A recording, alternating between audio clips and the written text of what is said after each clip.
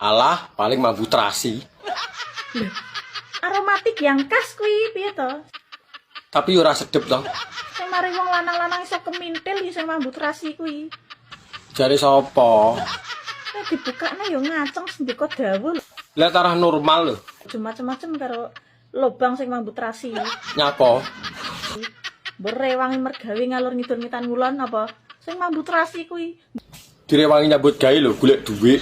Mbok rewangi gelut karo kancamu apa? Belani sing mambu terasi. Lah wong gelut e lho ora tau. Aku lho ora iso gelut. Rewangi bengi-bengi ratu apa? Mikirno sing mambu terasi. Jare sapa?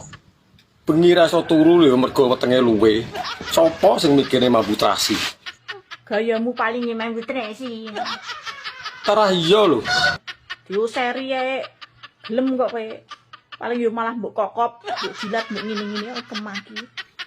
Kuwi kan pikiranmu. Kowe tanpa lubang sing mambu terasi ki lho hidupmu hampa ya kaum lelaki. Sadar. Wong lanang iki uripe hampai mergo gak duwe dhuwit lho. Plonga-plongo tolah-toleh. Anya.